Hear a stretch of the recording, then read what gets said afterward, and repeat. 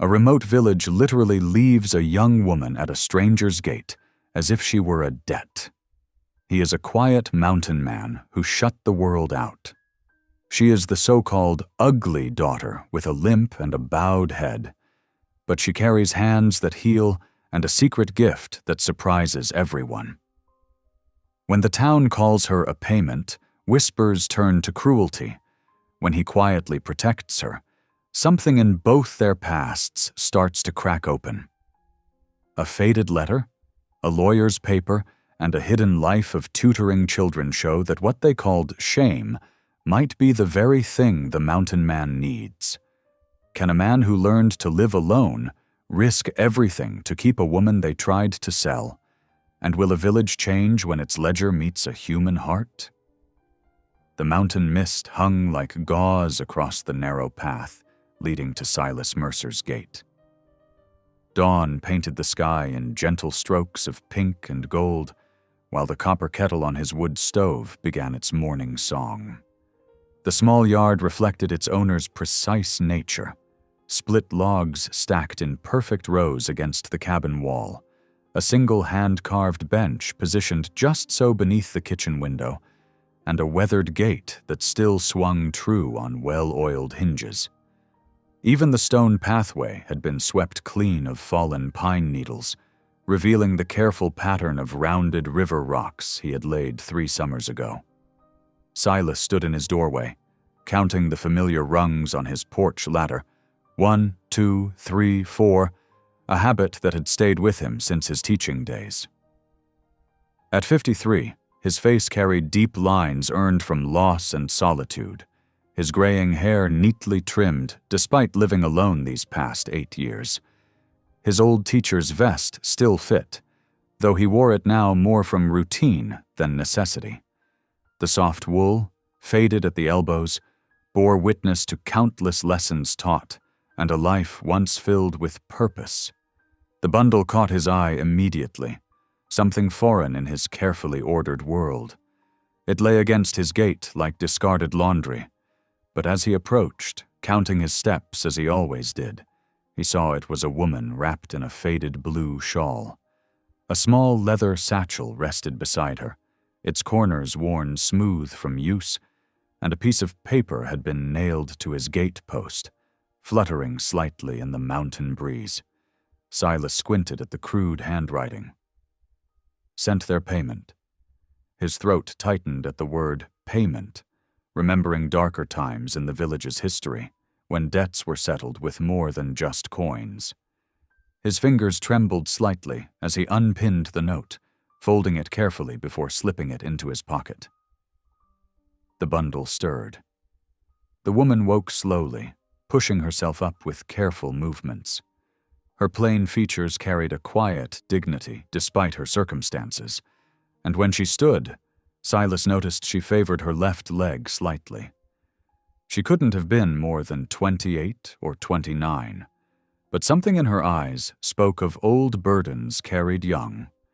Her hands, though clean, showed the rough calluses of someone well acquainted with hard work. "I'm Maggie Hale," she said simply, her voice steady despite the morning chill. "I haven't anywhere else to go." She smoothed her skirt with work-worn hands, adjusting the thin fabric as if it were fine silk. "My family said they couldn't keep me anymore without causing talk. They said—" She paused, swallowing hard, her eyes fixed on a point beyond his shoulder. "They said feeding an extra mouth wasn't worth the scandal." Silas's hand rested on the gate latch. He could close it, turn away, maintain the careful order of his days. It would be simple enough.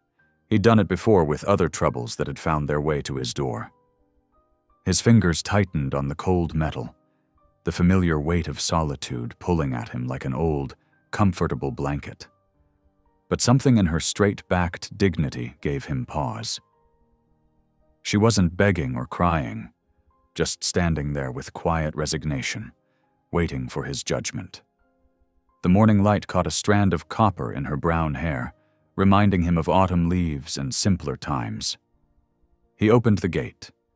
Maggie picked up her small satchel and limped through, following him toward the cabin. The gravel crunched beneath her worn boots as she matched his deliberate pace. As they entered, she stopped briefly by the front window.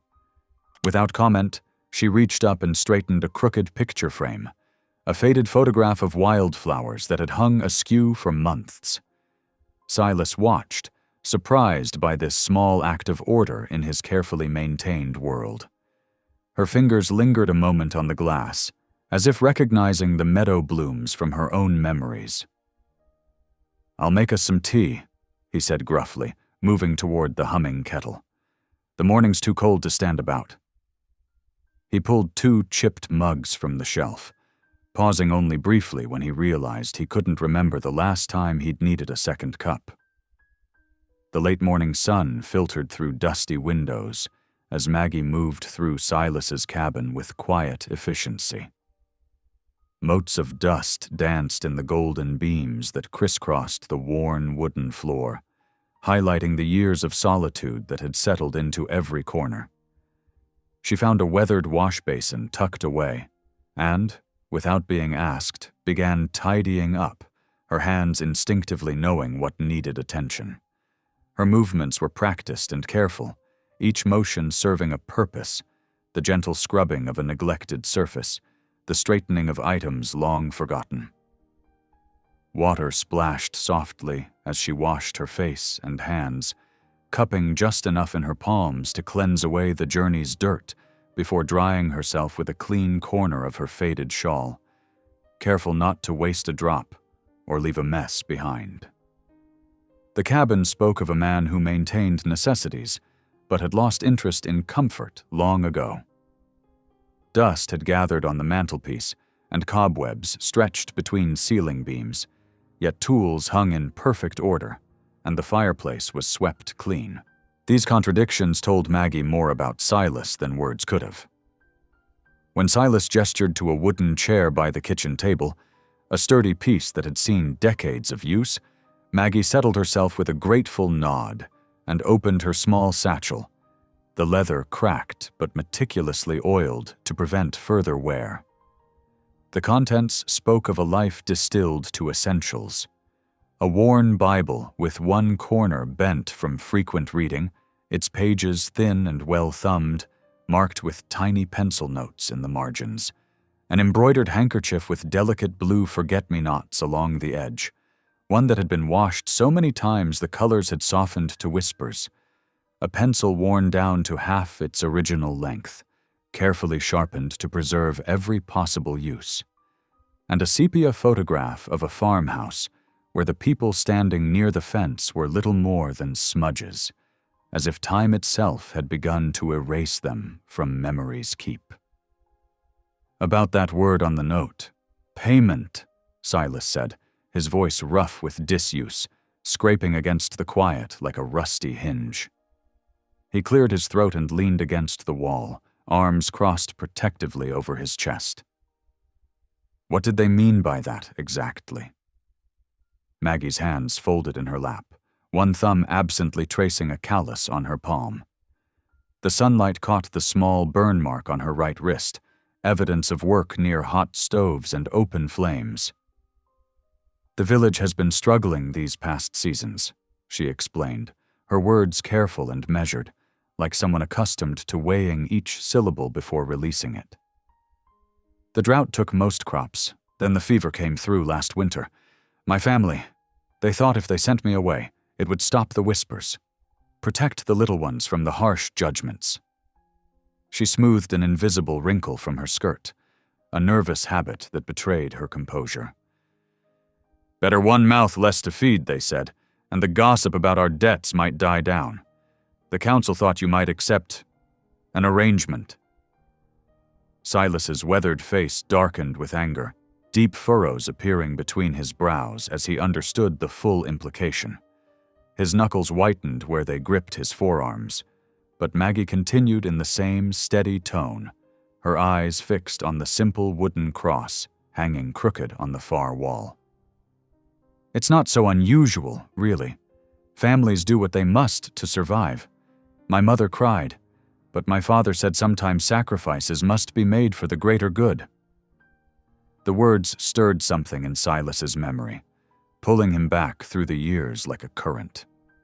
8 years ago, before his withdrawal from village life, the Miller family had come to him in desperate need. Their roof was leaking, their children hungry, the smallest one developing a worrying cough in the damp conditions. He'd helped them repair their home, shared what vegetables his garden had produced, even given them his winter blanket. Months later, they'd left fresh bread on his doorstep every week for a year. Sometimes, still warm enough that he could see steam rising when he broke it open. The memory softened his expression slightly, easing the hard lines around his mouth.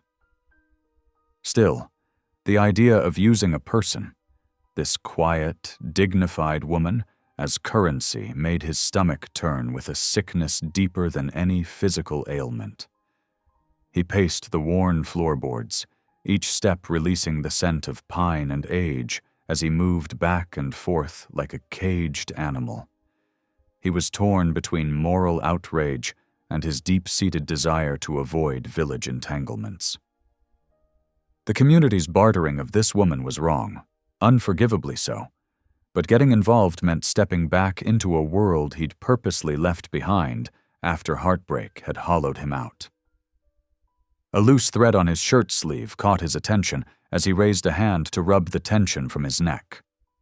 Without prompting, Maggie reached for it, her eyes asking permission. "May I?" she asked, already threading a needle she'd produced from her satchel with practiced swiftness. Her fingers moved with swift precision, mending the tear so neatly it almost disappeared beneath her careful stitches. The small act revealed a glimpse of her practical worth, even as it highlighted the unfairness of her situation. A woman whose value was being measured in chores and services rather than the quiet dignity that radiated from her very being. The afternoon light was fading to early evening, painting the room in amber hues that softened the cabin's rough edges when Silas finally made his decision, his conscience winning the battle against his desire for continued solitude. "You can stay tonight," he said gruffly, moving toward the door and outside to lock the front gate. The key turned with a solid click that echoed his commitment like a vow spoken aloud. Inside, he took down an extra plate from the high cupboard, its surface dusty from disuse, a testament to how long it had been since anyone had shared his table. As he wiped it clean with the corner of his shirt, the simple act of setting 2 places instead of 1 felt like crossing a threshold he couldn't uncross, an admission that perhaps solitude wasn't the answer he'd convinced himself it was. Time had slipped from morning to evening, marked by the lengthening shadows across the cabin floor and the changing songs of birds in the nearby woods. The day's events had shifted something in the careful order of Silas's world, rearranging pieces he thought were fixed in place, though he wasn't yet sure if it was for better or worse. Only time would tell if this unexpected intrusion would reopen old wounds or begin to heal them. The evening settled around them like a worn quilt as Maggie watched Silas stir a pot of stew on the wood stove. Steam rose in lazy spirals, carrying the comforting scent of rosemary and root vegetables through the small cabin. The kettle began its familiar whistle, a sound that seemed to break through the awkward silence that had grown between them. Silas spooned the stew into 2 bowls with deliberate movements, each motion careful and measured. The wooden spoon scraped against the bottom of the pot in a steady rhythm. Maggie sat quietly at the table, her hands folded in her lap, when a sharp knock at the door made them both jump. "Uncle Silas?" a girl's voice called out, followed by the creak of the door. A teenage girl with bright eyes and 2 brown braids poked her head inside. "I brought you some fresh—" Her voice trailed off as she spotted Maggie, and her face lit up with surprise and delight. "Oh, you have company." "Ruthie," Silas said, his tone somewhere between warning and welcome. "This is Maggie Hale." Ruthie bounced into the cabin, setting a basket of fresh eggs on the counter. "It's about time someone new showed up around here. Uncle Silas has been acting like a bear in his cave for far too long." She flashed a mischievous grin at Maggie. Maggie couldn't help but smile back. "It's nice to meet you, Ruthie." "Are you staying?" Ruthie asked, pulling up a chair without invitation. "Please say you are. Uncle Silas needs someone to remind him there's a world outside these walls." "Ruthie," Silas said sharply, but there was a hint of fondness in his voice. "What? You used to love having people around," Ruthie continued. "Back when you were teaching at the school, your house was always full of students needing extra help." The silence that followed felt heavy. Maggie noticed how Silas's shoulders stiffened, his hand tightening around the ladle. She watched as he turned away, busying himself with the kettle. "That was a long time ago," he said quietly. "After Aunt Sarah died?" Ruthie started, but stopped when she saw Silas's expression. The pain there was still raw, even after all these years. Maggie cleared her throat gently. "Would you like me to help with the dishes after supper, Mr. Mercer? Or perhaps there are other chores I could do?"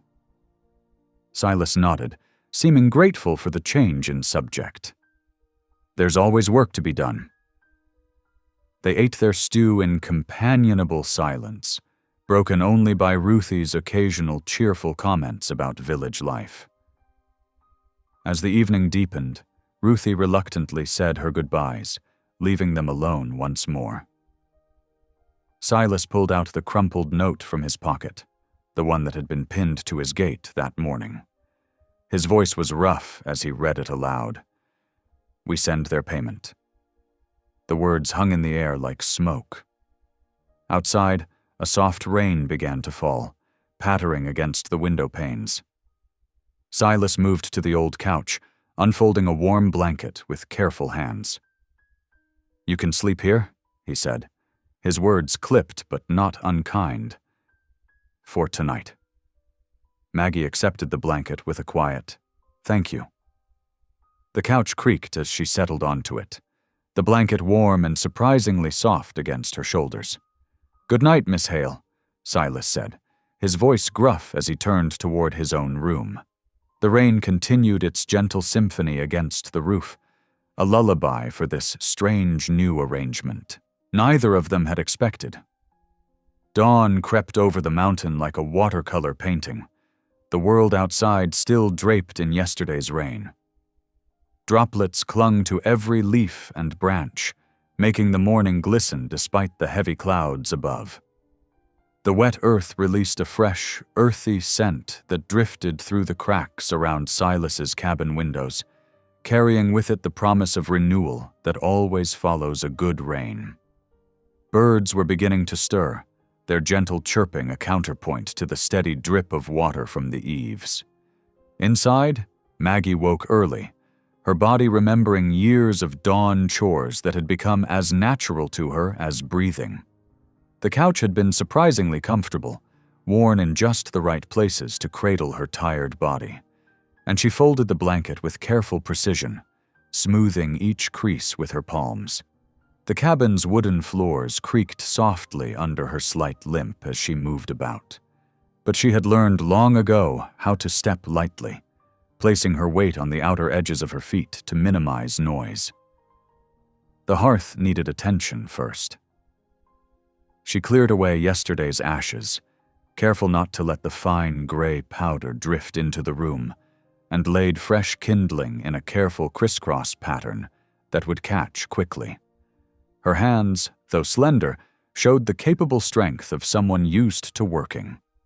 Finding a loose thread on the old armchair nearby, she pulled out her needle and thread from her satchel, working efficiently to repair the small tear before it could grow larger. Her stitches were tiny and even, nearly invisible against the faded blue fabric. In the kitchen, she found flour and a bit of salt tucked away in Silas's modest pantry. Her hands moved from memory as she mixed a simple bannock bread, the way her grandmother had taught her when she was barely tall enough to reach the table. She hummed softly as she worked the dough, finding comfort in the familiar motions. While it baked, filling the cabin with its warm, homey aroma, she slipped out to Silas's herb shed, recognizing the dried bundles hanging from the rafters in the dim light. Thyme for strength, sage for wisdom, and there, the horehound she needed for a soothing throat tea. She breathed in deeply, the mingled scents bringing back memories of her grandmother's kitchen, where healing and nourishment had always gone hand in hand. When Silas emerged from his room, his hair still mussed from sleep and his eyes carrying the weight of dreams, not quite shaken off, he found his cabin transformed by small, careful touches. The chipped bowl he'd meant to throw away sat mended on the shelf, a neat line of glue barely visible along its rim. The windows gleamed a little brighter, and the floor had been swept clean of the dirt his boots had tracked in. "You've been busy," he said, his voice still rough with sleep, scratching absently at the stubble on his chin. He looked around with a mixture of surprise and something like embarrassment, as though suddenly aware of how neglected his home had become. Maggie nodded, pouring him a cup of tea from the steaming pot. The rich, herbal scent rose between them like an offering. "I hope you don't mind. I like to keep my hands occupied. Idle hands make for a restless heart, my grandmother used to say." Silas settled at the table, the chair groaning slightly beneath him as he watched her over the rim of his cup. The warm liquid soothed his throat, carrying hints of honey and herbs he couldn't name. "Where did you learn all this? The mending, the herbs?" "My grandmother, mostly, and necessity." She served him a warm slice of bannock, golden brown and fragrant. A small dish of preserved berries appeared beside it, their deep purple color brightening the simple meal. We didn't have much, but she taught me to make do with what we had, to find value in what others might overlook. "And your schooling?" Silas asked, breaking off a piece of bread. The crust crackled pleasantly between his fingers. Maggie's hands stilled for a moment, and a shadow crossed her face, quick as a cloud passing over the sun. "I went until I was 14, then—" She looked out the rain-streaked window, drops racing down the glass in crooked paths, and her mind drifted back to a time she rarely allowed herself to visit. "My brother Thomas took some money from the church collection," she said quietly, her fingers absently tracing the grain of the wooden table. "He was desperate. We all were. The winter had been harsh, and Father was sick, but people started talking, not just about him. There was a young man who'd been kind to me, bringing us vegetables from his garden when we had nothing fresh. The gossip turned ugly." She smoothed her apron with both hands, as if trying to press away wrinkles in more than just fabric. "Mother, Evelyn, she thought if I went away the talk would die down. The younger ones still have a chance at respectable marriages, you see. A tainted older sister doesn't help matters." Silas frowned, his eyebrows drawing together as he studied her downturned face. "And you don't blame her? For sending you away like that?" "She did what she thought was right," Maggie said simply, raising her eyes to meet his. They held no anger, only a clear acceptance that surprised him.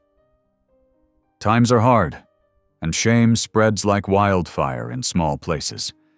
She was trying to protect what was left of our family's name. I understood, even then." A sharp knock at the gate interrupted them, the sound like a hammer against the morning's fragile peace. Through the window they could see Mr. Collins, the village clerk, standing stiffly in the drizzle, his official ledger tucked protectively under his arm. His posture was rigid with purpose, and even from a distance, the disapproval on his face was clear as he squinted through the rain toward the cabin. Silas pushed back from the table with a sigh and moved to the door, his shoulders squaring as if preparing for a confrontation. Collins's scowl deepened as he spotted Maggie through the doorway, her hands clasped nervously in front of her apron.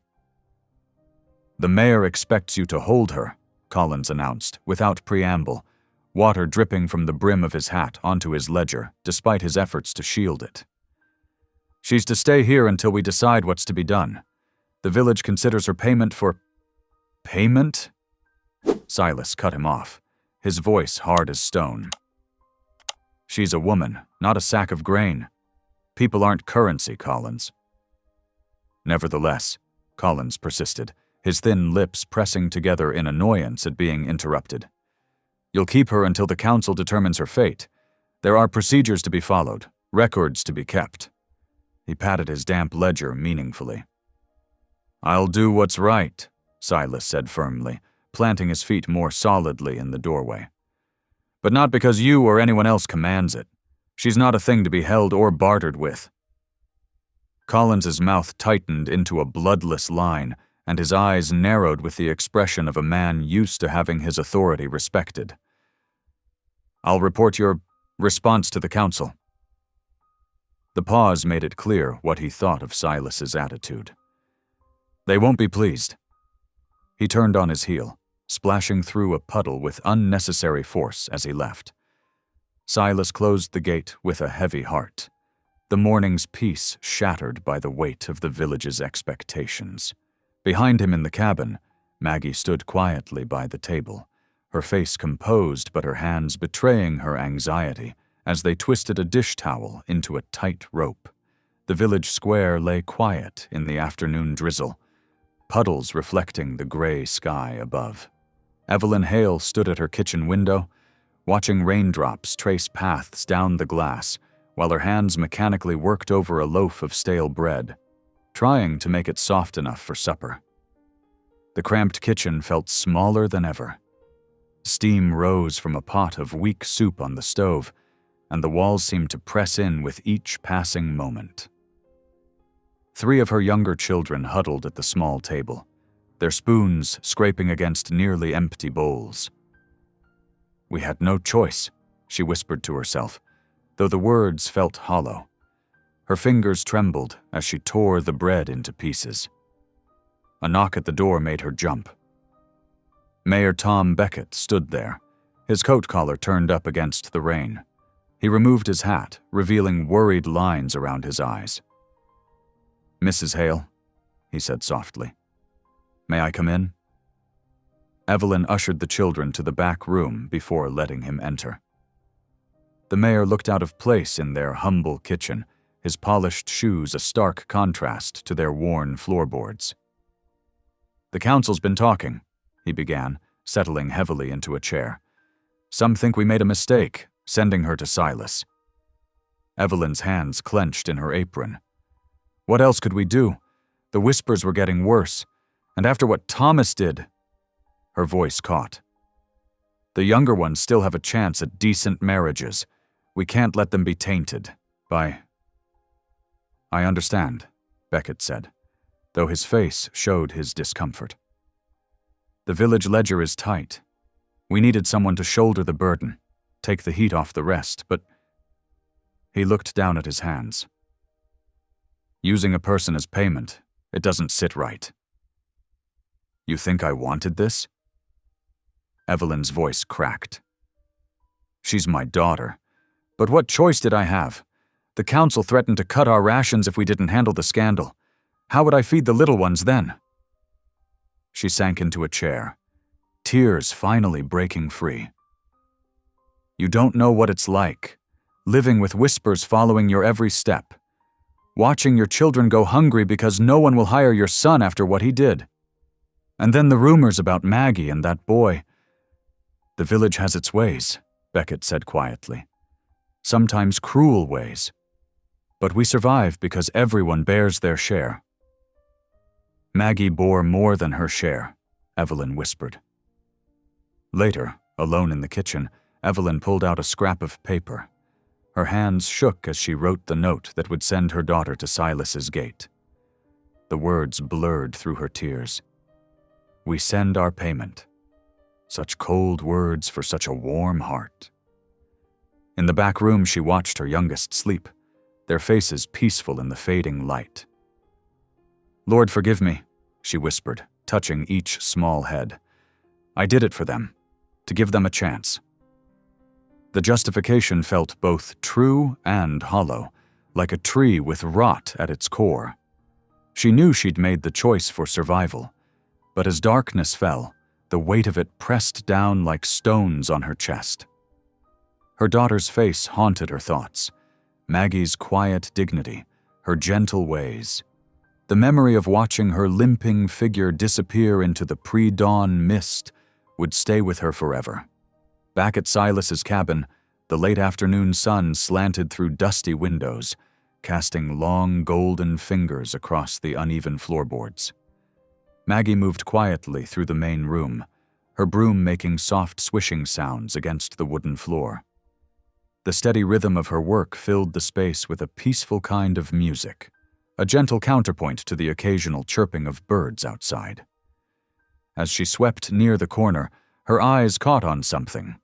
An old chair with a broken leg propped against the wall, its once sturdy frame listing sadly to one side. Without saying a word, she set her broom aside and knelt to examine the damage. Her fingers traced the splintered wood thoughtfully, feeling each rough edge and splinter with careful attention. Silas, who had been reading by the window, his weathered face half hidden behind a worn book, looked up at the change in sound. The silence drew his attention more than noise would have. He watched as Maggie gathered what she needed. His wood glue from the shelf above the fireplace, a strip of old leather from his tool chest tucked beneath the window, and some twine that hung in neat coils by the door. "What are you doing?" he asked, his voice gruff with curiosity. The book now, forgotten in his lap. "This chair," Maggie said softly, her eyes still focused on the damaged piece. "It just needs a bit of care. Nothing's really broken beyond repair if you know how to tend it." Her hands moved with surprising confidence as she cleaned the broken surfaces, brushing away years of dust and neglect. Ruthie burst in through the front door, her usual whirlwind of energy making the quiet room seem suddenly smaller. Her cheeks were flushed from running, her hair escaping its ribbon in wild wisps. "What's happening?" She plopped down next to Maggie, eyes wide with interest, knees drawn up under her chin. "Watch," Maggie said, smiling at the girl's curiosity. She took Silas's dull knife and began carefully planing down the rough edges of the break. Her movements were slow and deliberate, each stroke precise despite the tool's poor condition. Tiny curls of wood fell to the floor as she worked, creating a small pile by her knees. "How do you know how to do that?" Ruthie asked, leaning in closer, her breath stirring the wood shavings. "I've never seen a woman fix furniture before." "My father taught me," Maggie replied, working steadily, her voice warm with memory. "We couldn't afford new furniture, so we learned to fix what we had. Sometimes the neighbors would bring their broken things too, a wobbly table, a dresser drawer that wouldn't close right. Simple things that just needed patient hands." Silas moved closer, his chair creaking as he stood, his eyebrows rising as he watched her work. The woman's hands were steady and sure, showing years of practice. She wrapped the leather around the joint like a splint, then used the twine to create a tight binding that would hold until the glue dried, her fingers nimble and quick despite the awkward angle. "See here," Maggie explained to Ruthie, pointing to her handiwork with quiet pride. "The leather helps protect the wood while it heals. Like a bandage on a cut, it gives support while the broken parts grow strong together again." Silas felt something stir in his chest, a familiar warmth he hadn't experienced since his teaching days. Pride, he realized. Pride in watching someone share knowledge, in seeing understanding bloom in young eyes. The way Ruthie nodded solemnly, taking in every word, reminded him of students he'd once treasured. "The village called you their payment," he said quietly, more to himself than to her, his voice barely audible above the creaking of the old house. But they didn't see what you could do? What you know? Maggie's hands paused for just a moment before resuming their work, a subtle tightening around her eyes, the only sign his words had touched a tender place. People see what they expect to see, she said simply, tying off the twine with a neat knot. And sometimes it's easier not to show them different. As the afternoon light began to fade, turning the dust motes in the air to floating gold, Silas made a decision. He cleared his throat, shifting his weight, from one foot to the other. "That corner," he said, pointing to a space near the window where the evening light lingered longest. "You can make it yours. There's an old trunk in the shed. Might help you keep your things orderly. It's not much, but it's dry and warm." Maggie looked up, surprise flickering across her face, hope and uncertainty chasing each other in her eyes. "You mean, I can stay? Here?" "For now?" Silas nodded, his expression still guarded but softer around the edges.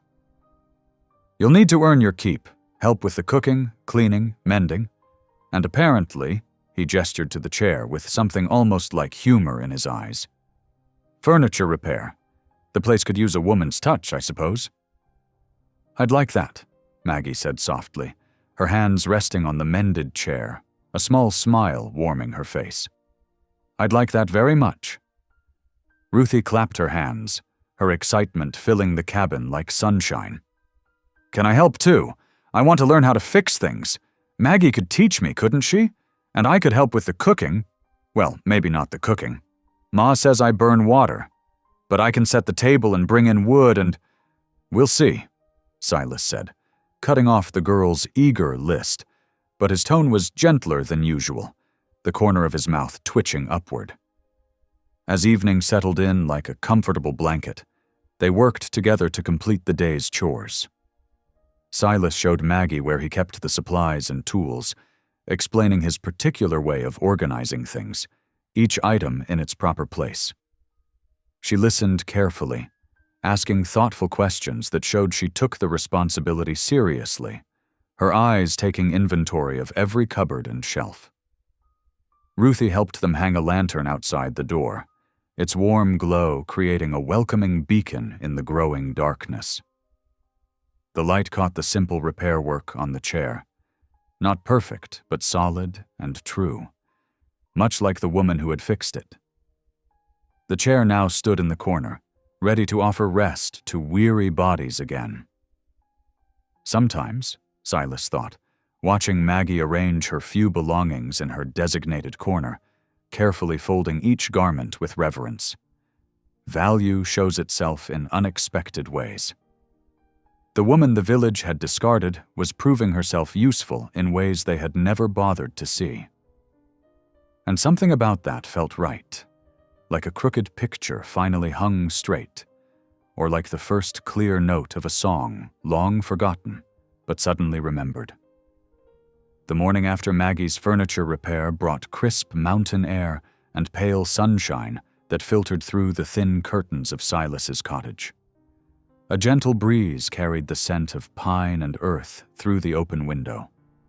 Silas woke to find her already in his small kitchen garden, kneeling in the dirt with careful attention, her hands moving with practiced precision among the weeds and stones. "The soil's thin here," she observed, crumbling earth between her fingers, watching as it sifted back to the ground in dusty rivulets. "But time will grow well, and sage. They like poor ground sometimes. Makes their scent stronger, actually." Silas watched from his doorway, coffee cup in hand, steam rising in delicate curls that disappeared in the cool morning air. The wooden frame of the door supported his shoulder as he leaned against it, observing her quiet industry. "My wife Hannah used to say the same thing," he said, the words emerging before he'd fully decided to speak them. Maggie glanced up, her hands pausing momentarily in their work. She noticed how the name caught in his throat, like a rough stone he couldn't quite swallow. She didn't respond immediately, just continued working the soil with practiced movements, giving him space to either retreat or continue. "She had a way with plants," Silas continued, surprising himself by speaking further. His fingers tightened around the warm mug. Could make anything grow, even up here where the wind cuts sharp enough to slice right through you some days. Wind can make herbs stronger, Maggie said softly, not looking up as her fingers teased a stubborn root from the ground. They grow deeper roots to hold on. Struggle gives them character, my mother always said. The simple wisdom of her words struck him like a bell's clear tone. Silas found himself settling on the worn bench nearby, its wooden slats smooth from years of use. He watched as she methodically cleared a patch for planting, her movements economical and sure, nothing wasted. "I had a student once," he said slowly, the words emerging from some long-closed chamber of his heart. "Bright boy named Timothy. Quick with numbers, good with his hands. Couldn't read well, though. Letters jumbled for him no matter how we tried." He stared into his coffee, now growing cool. "I tried everything I knew, but—" He trailed off, the old guilt surfacing like a stone in spring thaw. Failed him, in the end. His father pulled him from school. That's when I knew I wasn't fit to teach anymore. Maggie's hands stilled in the dirt, soil clinging to her work-reddened fingers, but she didn't look up or offer empty comfort.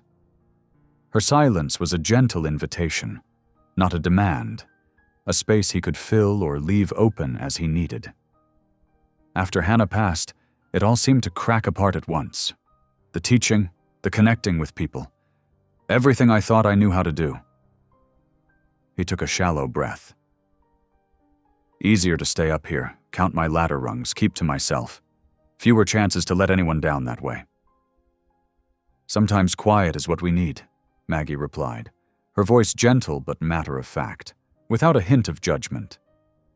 She resumed her gardening, scooping small hollows for seeds with calloused fingers. Healing doesn't always make noise. The morning peace was suddenly broken by Ruthie bounding through the gate, her footsteps pattering on the stone path. Her cheeks were flushed from the climb, hair escaping its ties, and her arms were full of windfall apples, some bruised, others speckled, with small imperfections. "Look what I found down in the old orchard," she announced proudly, nearly spilling her treasure as she skidded to a stop. "We can make pie. Well, maybe not pie exactly, since I dropped half of them on the way up. They rolled all the way down to the creek bend." She laughed, slightly breathless.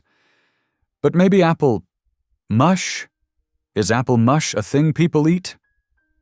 Her earnest expression, hopeful and slightly doubtful all at once, made both Silas and Maggie smile, easing the weight of the earlier conversation like sunshine breaking through clouds. "Apple butter?" Maggie suggested, sitting back on her heels and brushing dirt from her palms. "It's forgiving of bruised fruit. Actually tastes richer for it sometimes." "Perfect!" Ruthie beamed, her entire face lighting up.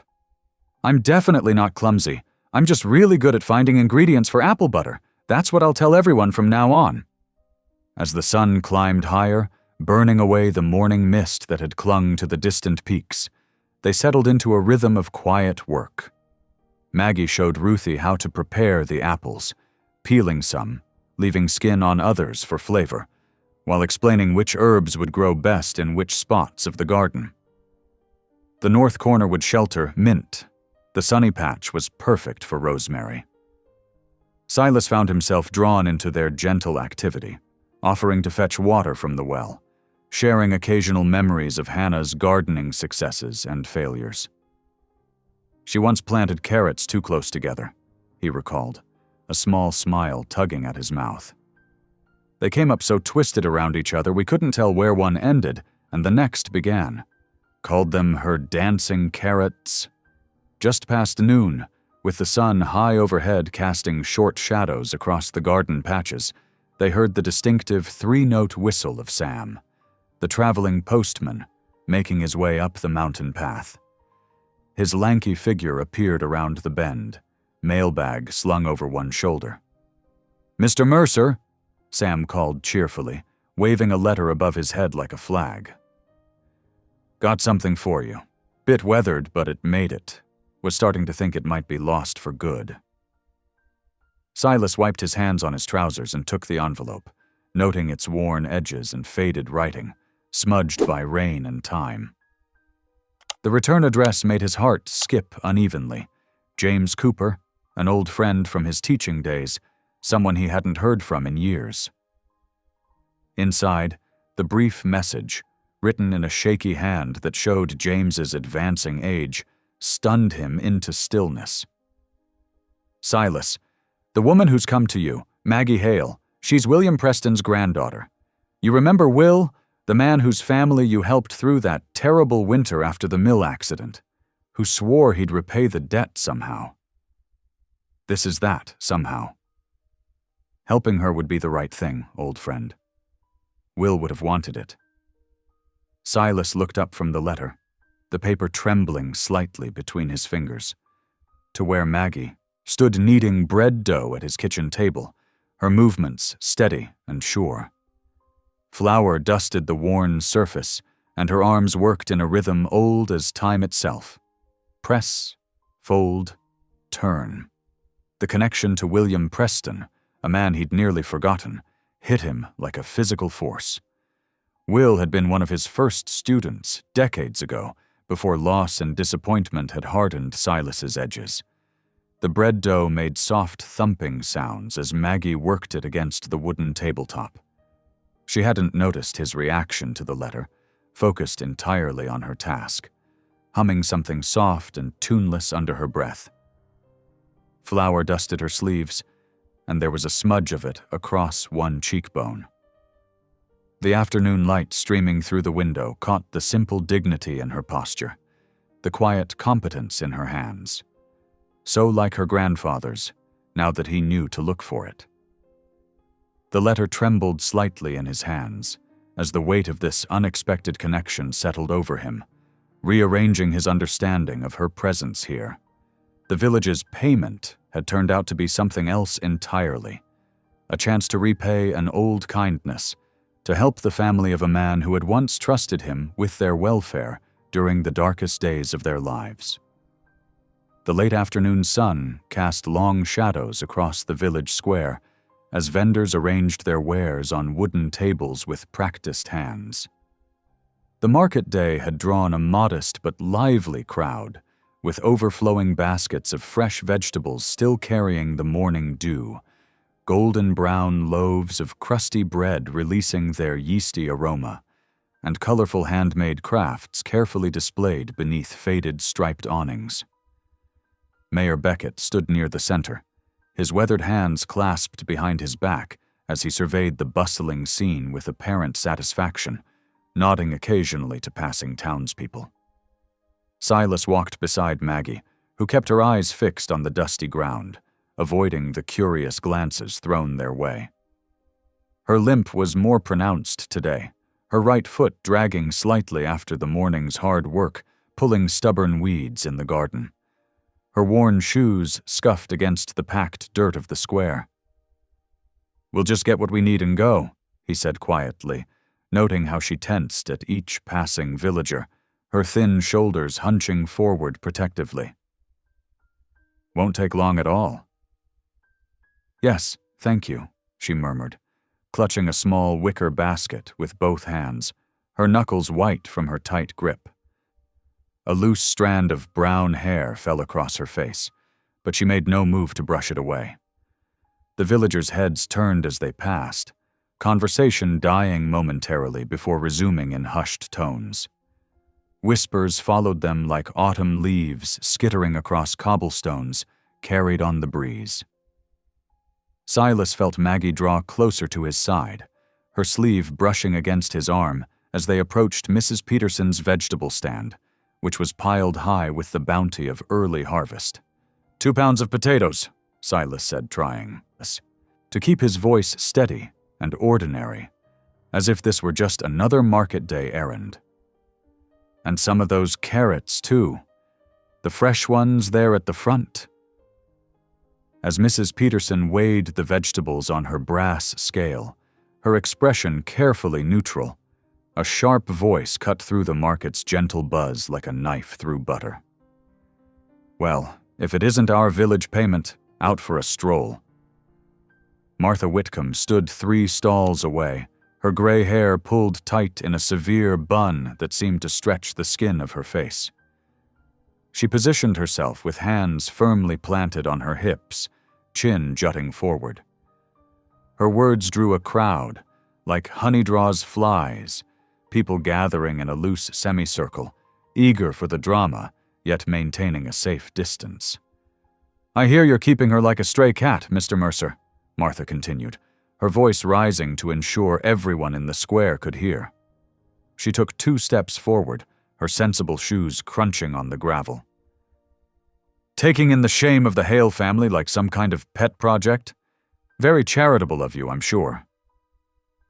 Maggie's fingers tightened on her basket until her knuckles went ghostly white. A drop of rain fell, landing on her cheek like a tear. Then another, pattering softly on the canvas awnings above. The smell of approaching rain filled the air, earthy and damp. "I wonder," Martha pressed on, emboldened by the attention, "does she earn her keep? Or are you just collecting the village's cast-offs? Some men have peculiar tastes, after all." The crowd shifted uncomfortably at the insinuation. Someone coughed nervously. The rain began to fall harder, creating small pockmarks in the dusty ground, but no one moved to seek shelter, too transfixed by the unfolding scene. Maggie's face had gone pale as fresh linen, then flushed deep red to the roots of her hair. Her breathing came quick and shallow. Without a word, she turned and fled down the narrow alley beside the baker's shop, her uneven steps echoing off the wet stones, the sound of her limping gait painfully obvious in the sudden quiet. Silas felt something snap inside him, like a dam breaking after years of careful silence and restraint. A warmth spread through his chest, different from anger, something protective and resolute. He turned to Martha Whitcomb, drawing himself up to his full height, shoulders back and chin raised.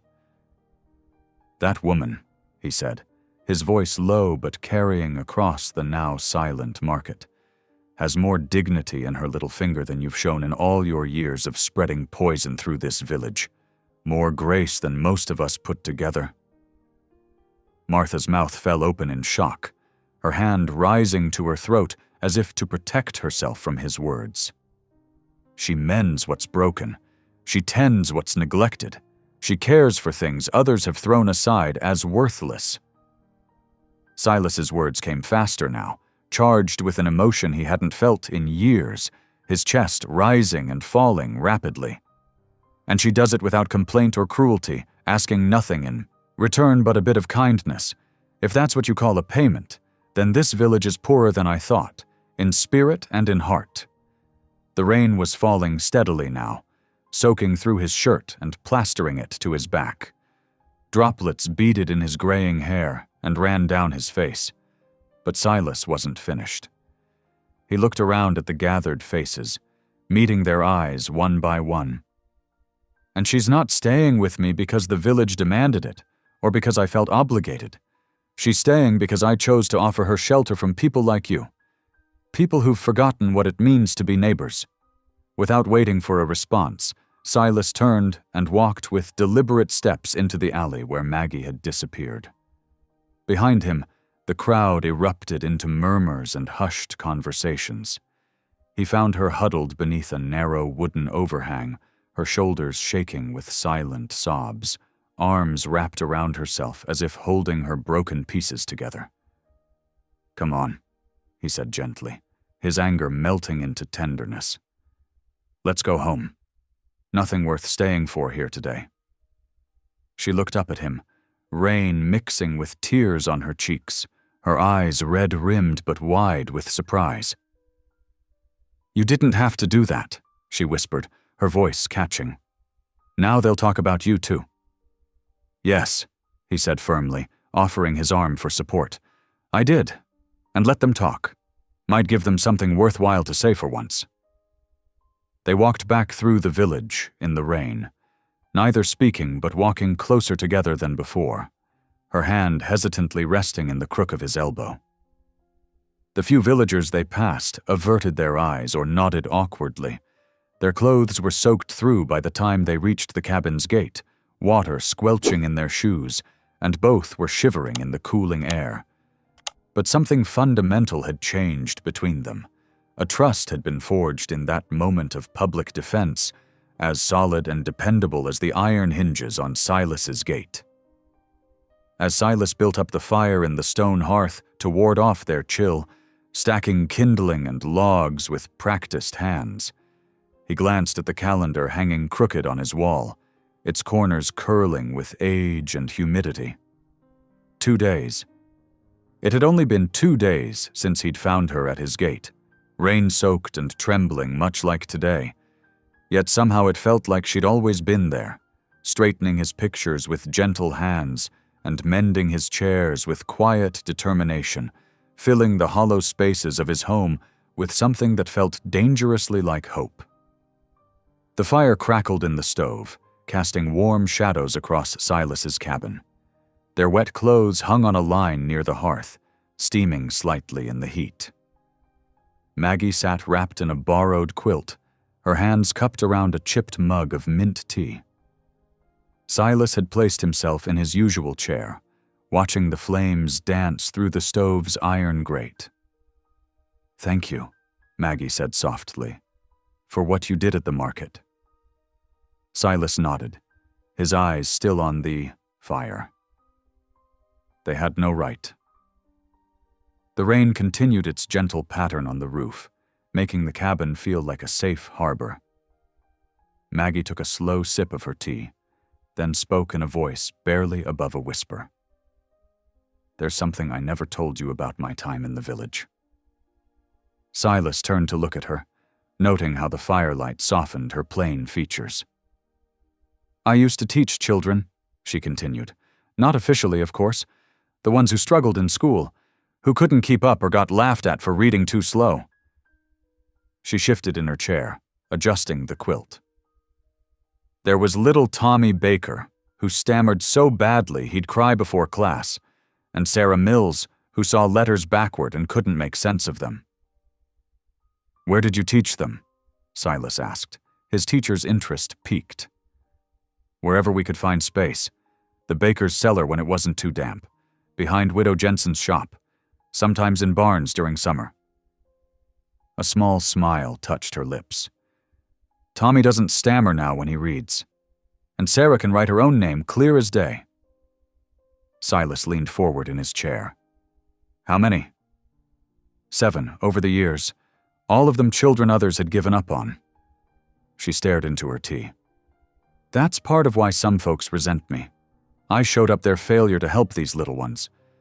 But others would slip me extra bread or medicine when my family was struggling, because their children finally could read a Bible verse or write a letter." The fire popped, sending up a shower of sparks. Silas's hands gripped his armrests tight. "I failed a student once," he said suddenly, the words rough in his throat. "A boy named James, bright as a new penny, but his father drank, and sometimes James would come to school with bruises." Maggie sat very still, listening. "I should have reported it, should have done something. But I was young, afraid of making trouble." Silas's voice cracked. "One day James stopped coming to school. His family moved away in the night. I've never forgiven myself." "You were trying to protect yourself," Maggie said gently. "We all make choices from fear sometimes." "But you didn't," Silas replied. "You taught those children even when it brought you trouble." They sat in silence for a while, listening to the rain and the fire. Finally, Silas cleared his throat. "Ruthie struggles with her letters," he said. "She's bright, but reading doesn't come easy to her. Would you—" He paused, searching for words. "Would you be willing to teach her?" Maggie's eyes widened. "You'd trust me with that?" "I've seen how you fix things," Silas said. "Not just chairs and tools. You fix what's broken in people, too. Yes, I trust you. The next morning, when Ruthie bounced through the door for her usual visit, Silas told her about the arrangement. The girl's face lit up like sunrise. "Really?" she exclaimed, looking from Silas to Maggie. "You'll teach me, even though I'm not very good?" "Everyone learns differently," Maggie said, smiling. "We'll find the way that works for you." Ruthie threw her arms around Maggie's waist, catching her by surprise. Over the girl's head, Maggie's eyes met Silas's, and something warm and hopeful passed between them, the beginning of healing for them all. Monday morning dawned crisp and clear. Ruthie sat at Silas's kitchen table, her finger tracing beneath a line of text. "The river flows," she stumbled, her face flushing with frustration. "Take your time," Maggie said softly. "Break it into pieces just like we practiced." Silas watched from his workbench, pretending to focus on mending a chair leg while secretly monitoring their progress. By Monday afternoon, Maggie was helping Mrs. Peterson patch a leaking roof, her sure hands working the wood as skillfully as any carpenter. The older woman's initial frostiness thawed when she saw how carefully Maggie handled the repairs. Tuesday morning brought fog and Ruthie's triumphant reading of a full paragraph about mountain streams. "I did it!" she exclaimed, bouncing in her seat. Silas actually smiled, a rare sight that made Maggie's heart warm. That afternoon, Pastor Daniel stopped by to check on them. Ruthie proudly read him a Bible verse she'd practiced, her voice steady and clear. "The Lord works in mysterious ways," Pastor Daniel murmured, watching Maggie guide Ruthie through a difficult word. Later, at the general store, he spoke quietly to Mrs. Thompson about how some judgments might have been hasty. Wednesday's dawn saw Maggie teaching Ruthie multiplication tables using pebbles arranged on the porch. Silas found himself joining them during his morning coffee, adding stories about when he taught similar lessons years ago. By Wednesday afternoon, word had spread about Maggie's gentle teaching methods.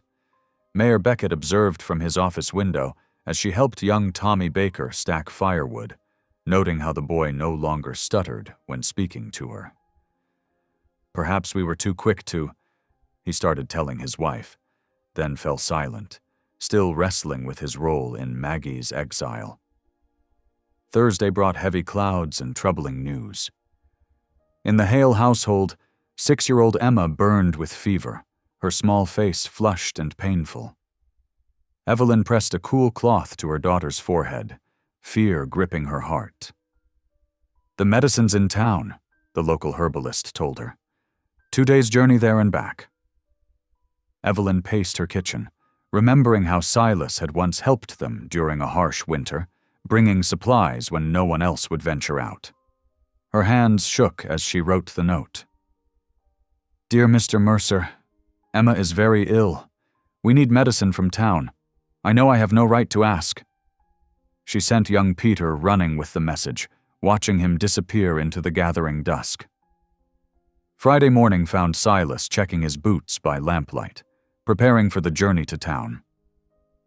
Maggie stood in the kitchen doorway, her face troubled. "It's my sister, isn't it?" she asked quietly. Silas nodded, tucking the medicine list into his pocket. "Little Emma, the fever's bad." "I should go with you," Maggie said, but Silas shook his head. "Stay with Ruthie. Keep up her lessons. I've made this trip before." In the Hale household, Evelyn sat by Emma's bedside, remembering how Maggie used to sing to her siblings when they were sick. The weight of her choices pressed heavy on her heart as she watched her youngest child struggle for breath. Back at the cabin, Ruthie arrived for her morning lesson to find Maggie setting up their books. "Where's Mr. Silas?" she asked, noting his absence. "He's going to help someone who needs medicine," Maggie explained, opening their reader. "Sometimes helping others means taking a long journey." "Like your journey here?" Ruthie asked innocently. Maggie paused, touching the worn page. Yes, she said softly. Like that. Dawn was just breaking as Silas shouldered his pack, checking the sky for signs of weather. The sound of Ruthie reading confidently through her morning lesson drifted from the cabin's open window as he headed down the mountain path, his steps sure and determined in the growing light. The mountain path glowed silver in the early dawn light as Silas picked his way down the steep trail. Dew-heavy brambles snagged at his coat, leaving tiny tears that matched his fraying thoughts. Each step stirred up memories of similar journeys, medicines fetched for neighbors, supplies carried through winter storms. His boots crunched on loose gravel as he rounded the bend that opened to the valley below. The town's clock tower rose in the distance, its copper face catching the morning sun. 8 chimes echoed across the valley, counting out the morning hours. "Fool's errand," he muttered, though his pace never slowed. "Running medicine to the very people who—" He let the thought die unfinished. The town's cobbled streets were already busy when he arrived. Market women arranged their stalls, and the baker's boy darted past with fresh loaves. Silas made straight for the apothecary, a narrow shop wedged between the post office and a candlemaker's workshop. Inside, brass bells announced his entrance. The clerk, young Mr. Peters, barely looked up from his ledger. "Medicine for the Hale child," Silas said, placing his list on the counter. Peters's lip curled slightly. "Heard you're harboring their cast-off. That simple girl they sent up the mountain." "The medicine," Silas repeated firmly. "Could make things official, you know," Peters continued, weighing herbs with deliberate slowness. "Town council's talking about proper indenture papers. Make her working status legal and binding." Silas's hands tightened on the counter's edge. "The medicine, Mr. Peters. Nothing more." 15 shillings, Peters named his price, nearly double the usual rate. "Highway robbery," Silas growled, but counted out the coins. He'd anticipated price gouging and brought extra. "Better than harboring fugitives," Peters muttered, but fell silent under Silas's hard stare. The journey to the Hale household seemed longer, each step weighted with purpose and simmering anger. When he knocked on their door, Evelyn answered quickly, as if she'd been watching for him. "Mr. Mercer," she said, her voice barely above a whisper. Dark circles shadowed her eyes, and her apron was stained with soup spills. "Please, come in." The house smelled of sickness and fear. Little Emma lay on a cot near the hearth, her face flushed with fever. Silas handed over the medicine without ceremony. 3 drops in water every 4 hours, he instructed. "Keep her cool and make sure she drinks." Evelyn clutched the bottle, tears threatening. "Mr. Mercer, about Maggie." "Save your breath," he said shortly. "No, please." Evelyn caught his sleeve. "The village, they're turning against her, against you for helping her. I need to make this right somehow." Silas studied her face, the guilt, the desperation, the practical fear still lurking beneath. "You want a public gesture? Some grand declaration to make everyone forget what was done?" "Something to make them accept her," Evelyn pleaded, "to stop the whispers and threats." "Let her work speak for itself," Silas said firmly. "She's already teaching children, mending what's broken, helping where she can. That's worth more than any public speech. But the council, we'll see what she does, not what we say." He moved towards the door, pausing with his hand on the latch. "Take care of your daughter, Mrs. Hale. Maggie's safe where she is." The walk home was long and tiring, shadows stretching as afternoon faded to evening. When Silas finally reached his gate, he spotted something that made his heart sink, a crisp envelope propped against the door, bearing the county clerk's seal. With stiff fingers, he broke the seal and unfolded the document inside. Legal language jumped out at him. Petition for indenture, working debt, contractual obligation. The paper trembled in his hands as anger and determination warred in his chest. Through the window, he could see Maggie at the table, helping Ruthie with her evening lessons. The lamp's warm glow caught their bent heads, peaceful and productive. Everything the village claimed Maggie couldn't be. Silas tucked the paper into his pocket. Some battles, he knew, were worth fighting. Pastor Daniel's study felt too small for the weight of their concerns. Silas spread the legal document across the oak desk, while Ruthie peered over his shoulder, her usual cheerfulness dimmed. Whereas the party designated as Mohale represents an outstanding obligation to the village council. Pastor Daniel read aloud, his finger tracing each line. Said party shall be bound in service until such time as the debt is deemed satisfied. The language is quite specific. They're trying to own her, Ruthie burst out, like she's a thing. Silas's jaw tightened. Can they do this legally? Pastor Daniel removed his reading glasses, polishing them thoughtfully.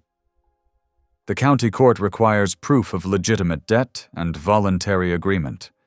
Without both, the petition fails. He leaned forward. Tell me about this letter you received. The one about Maggie's grandfather? Silas pulled out the faded paper. James Whitmore. I taught him decades ago, helped him through a rough winter.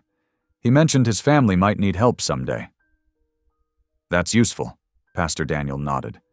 Personal connection, pre-existing relationship. Shows Maggie came to you by family arrangement, not village mandate. They spent hours mapping out their defense. Pastor Daniel knew the county judges, their preferences for order and precedent. We'll need witnesses, he explained. People who have seen Maggie working freely, teaching children, contributing to the community. I can testify, Ruthie volunteered. I've learned more from her in weeks than I did in months at school. Silas wrote letters late into the night, his candle burning low. One to James Whitmore's last known address, another to a lawyer friend in the next county. His hand cramped, but determination drove him forward. Back at the cabin, Maggie's anxiety showed in small ways. Her normally steady hands trembled while mending. She startled at sudden sounds. Silas found her one night by the hearth, staring into the dying embers. Can't sleep? He asked softly. She shook her head. Keep thinking about the papers, about being bound. Won't happen, Silas said firmly. We have truth on our side. A knock at the gate 3 days later brought Evelyn Hale, her face streaked with tears. Silas almost turned her away, but something in her expression made him pause. Please, she whispered. I need to explain.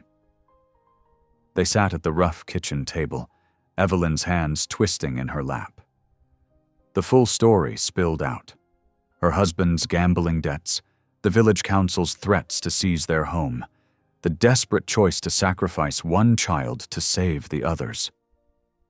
I convinced myself it was the only way, she sobbed.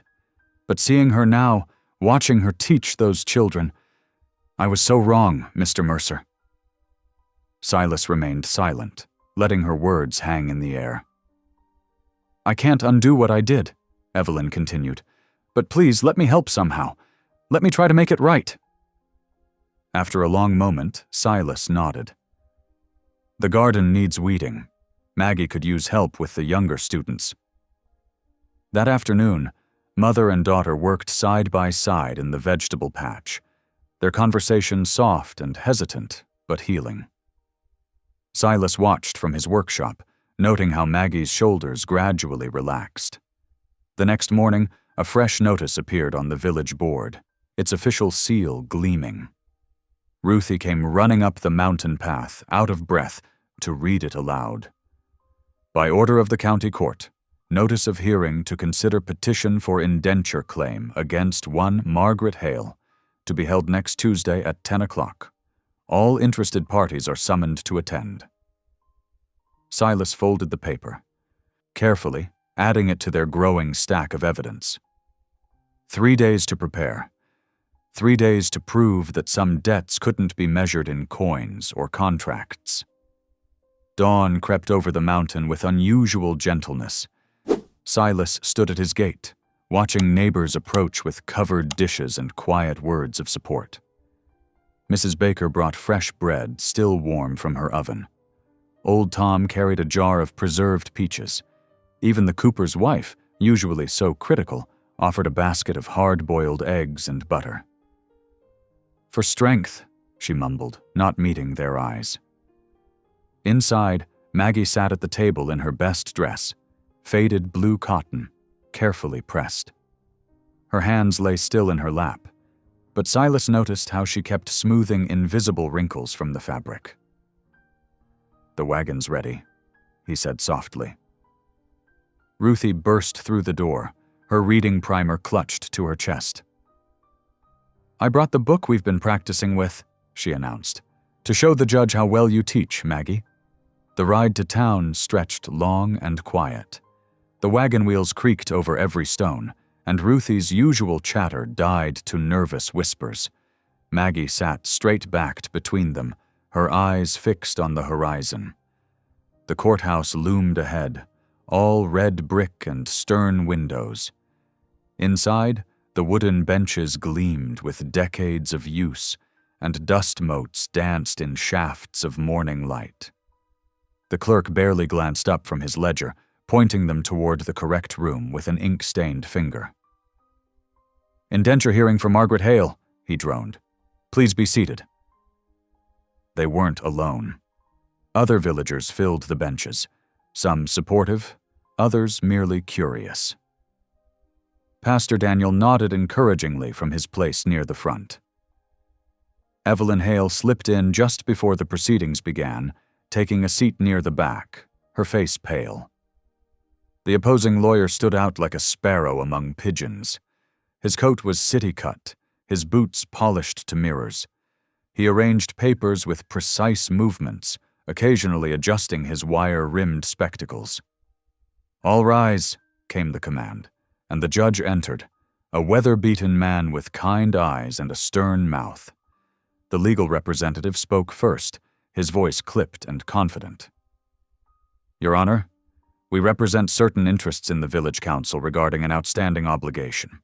The Hale family's debts are well documented, and traditional remedy allows for service arrangements." Silas listened, his heart pounding, as the man wove legal phrases into a net. When his turn came, he stood slowly, unfolding the precious letter. "Your Honor, I have here correspondence from James Whitmore, Maggie's grandfather. Years ago I helped him through hard times. He promised that if his family ever needed aid, they could come to me. Maggie arrived at my gate not as payment, but as the fulfillment of that promise of friendship." Pastor Daniel's testimony came next, measured and clear. "Miss Hale has shown nothing but voluntary service to our community. She teaches children who struggle with their letters, tends to those in need. This is not the behavior of someone bound by force." Several villagers spoke of Maggie's quiet work, how she helped their children read, mended clothes, shared knowledge of herbs and healing. Ruthie, trembling but determined, read aloud from her primer to demonstrate Maggie's teaching. Then Evelyn Hale rose, her voice barely above a whisper. "I left my daughter at Mr. Mercer's gate because I was afraid of poverty, of scandal, of losing everything. I thought I was protecting our family, but I only caused pain." She turned to face Maggie. "I'm so sorry.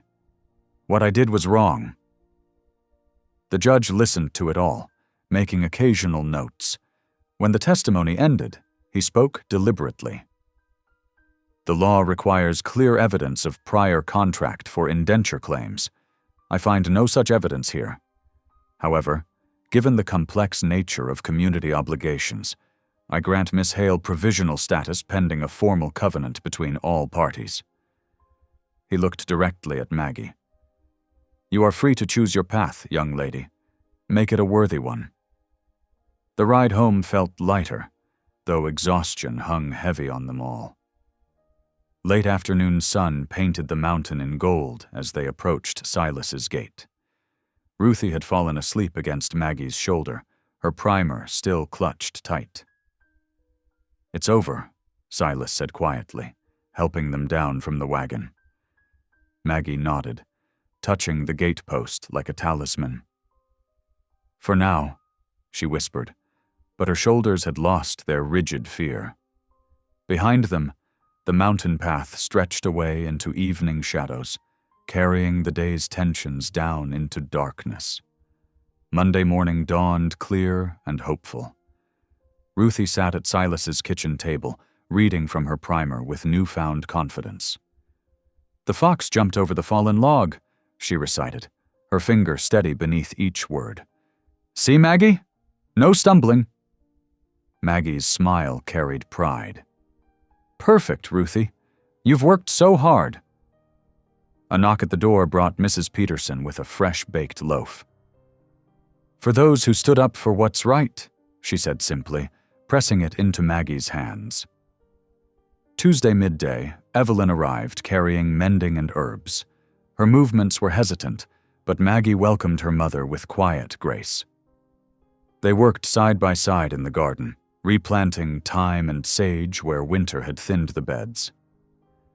"You always did have the gentlest touch with growing things," Evelyn murmured, watching Maggie pat soil around tender shoots. Wednesday brought Pastor Daniel to observe another reading lesson. He nodded approvingly as 3 village children sounded out difficult words under Maggie's patient guidance.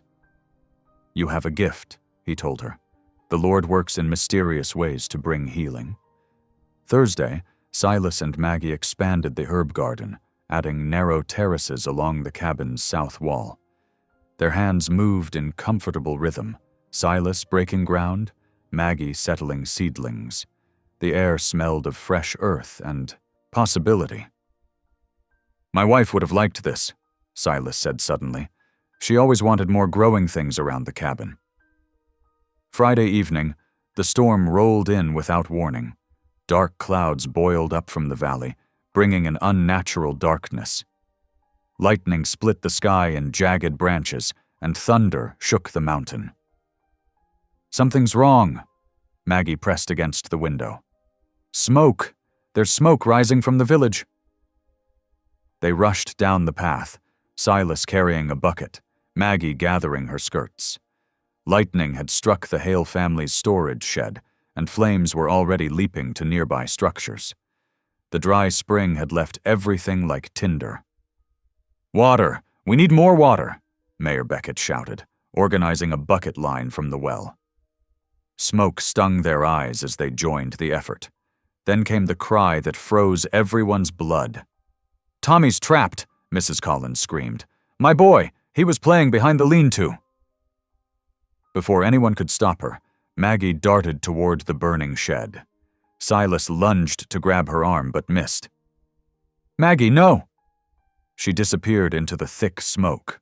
Moments stretched like hours until she emerged, half carrying, half dragging 7-year-old Tommy Collins. Both were coughing, faces streaked with soot. The bucket line redoubled its efforts. Men with wet blankets beat at the flames. Finally, after what seemed like forever, the fire died to smoldering embers. In its wake, the damage was clear. The storage shed was destroyed, along with part of the Collins chicken coop. Scorched ground and scattered ash marked where the flames had nearly claimed more. "It's her fault," someone muttered in the crowd. "Bad luck follows that one." "The payment brought this on us," another voice agreed. Silas and Maggie stood among the ruins, their clothes soaked and smoky. Tommy Collins clung to his mother nearby, occasionally glancing at Maggie with wide eyes. Evelyn stepped forward, her face tight with anger. "My daughter just saved that child," she declared. "While you stood whispering about luck and payment, she ran into fire to help." But the mutterings continued. Mayor Beckett moved through the crowd, assessing damage and trying to keep peace. Pastor Daniel joined him, speaking quietly to the angriest voices. Maggie swayed slightly, and Silas steadied her with a gentle hand. Around them, the village smoldered. Not just the buildings, but the old fears and prejudices that wouldn't quite die. "Let's get you home," Silas said softly. They stood for a moment longer, watching townspeople salvage what they could from the wreckage. The air still tasted of ash and tension, and somewhere in the distance, thunder continued to growl. The night after the fire brought no rest.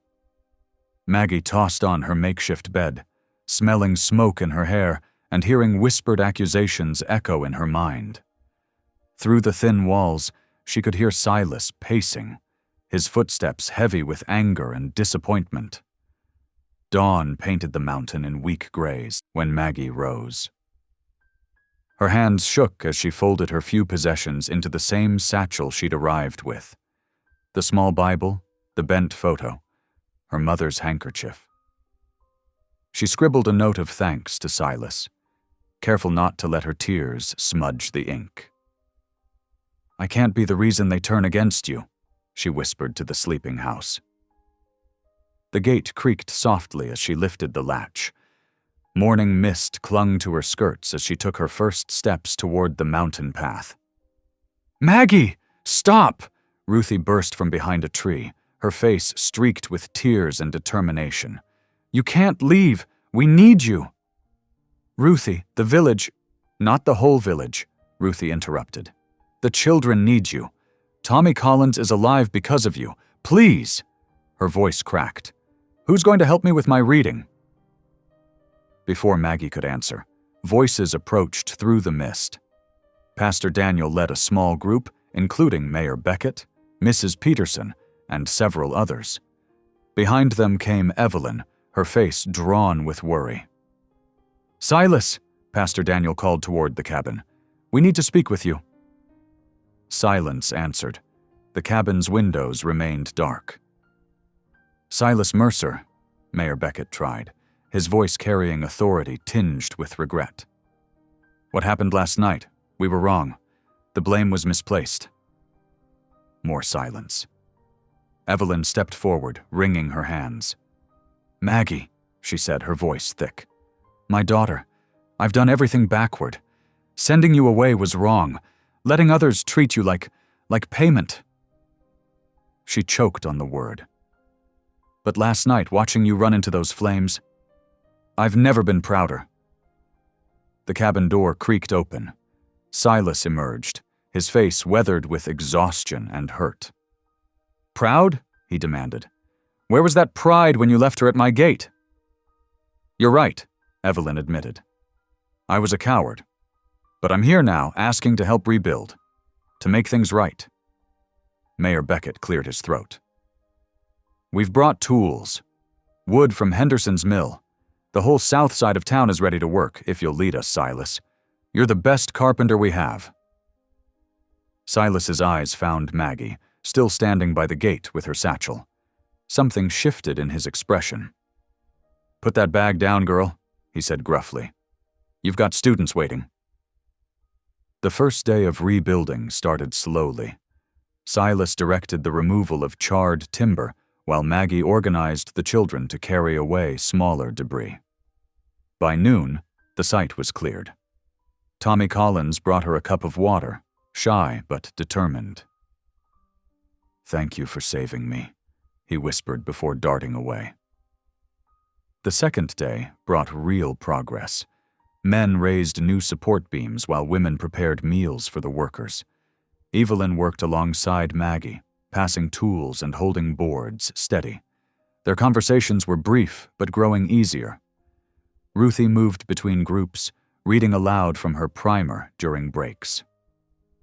"See?" she would say to anyone who listened. "Maggie taught me this." By sunset, the corner posts stood strong and true. Silas checked each joint with careful hands, while Pastor Daniel led a short prayer of thanks. The air smelled of fresh-cut wood instead of ash, and the rhythm of hammers echoed like hope across the valley. "Tomorrow we'll raise the crossbeams," Silas announced to the tired but satisfied crew. Looking at Maggie, he added, "All of us together." The village hummed with shared purpose as people headed home. Children played between stacks of lumber, and women made plans for tomorrow's work meals. Even those who had whispered accusations now lifted their hammers alongside everyone else. Maggie's satchel sat forgotten by Silas's gate, covered in a fine dust of sawdust and promise. Late spring sunlight dappled the mountain path, warming the new herbs in Silas's expanded garden. Lavender and thyme stretched toward the light, their scent mixing with fresh-cut wood from the latest batch of repairs. The garden wall, once stark and simple, now supported climbing peas and morning glories, Maggie's touch evident in the careful training of young vines. Inside the cabin, new shelving lined the walls, each piece carved with Silas's patient hands over the winter months. Books, some donated, others purchased with pooled village coins, filled the lower shelves where small hands could reach them easily. A hand-lettered schedule tacked near the door announced, "Monday Reading Circle, all welcome." The village square had changed too. The market bench, once splintered and ignored, now stood sturdy and welcoming, its wood smoothed by Silas's plane and brightened by one of Maggie's cushions. Children sprawled there during market days, sounding out words from worn primers while their parents traded goods.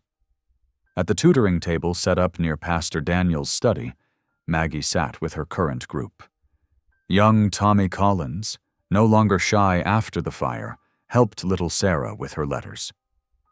Old Mr. Peterson, who'd never admitted he couldn't read, worked slowly through a simple story about farming. "The corn grew tall," Mr. Peterson read, his weathered finger tracking each word. His voice trembled but held pride. "In the summer sun." "That's perfect," Maggie said softly, and the old man's face creased with joy. Evelyn arrived with fresh bread and tea, setting them carefully on the corner of the table. These days, she moved with purpose instead of shame, her eyes meeting her daughter's with quiet understanding. She took her place beside Tommy, helping him sound out harder words when he stumbled. Back at the cabin, Silas worked in his small workshop, hands moving steadily over a piece of pine. Shavings curled around his feet as he carved, checking the shape against his palm. The wooden heart took form slowly. Not perfect, but honest in its making. He thought about payment, about worth, about how sometimes the most valuable things couldn't be measured in coins or contracts. The Sunday gathering brought neighbors to his porch, carrying dishes and stories. Children played in the new grass, while adults settled on benches and steps. Ruthie, confident now in her reading, opened a leather-bound book of poetry Pastor Daniel had given her. "Hope is the thing with feathers," she read clearly. "That perches in the soul." Silas watched from his chair, noting how Maggie's eyes shone with teacher's pride. When Ruthie finished, during the soft murmur of appreciation, he reached into his pocket and found Maggie's hand. The wooden heart, smooth and warm from his palm, passed between them without words. Maggie's fingers closed around it, understanding in her touch. She had come as payment in another season, left at his gate with a cruel note. But here, in the gathering light of spring, they had all learned a different mathematics. Love's ledger counted in smaller coins, a repaired bench, a child's first sentence read aloud, a mother's slow journey to grace, and a heart carved by careful hands. The village had gained far more than it had tried to pay away.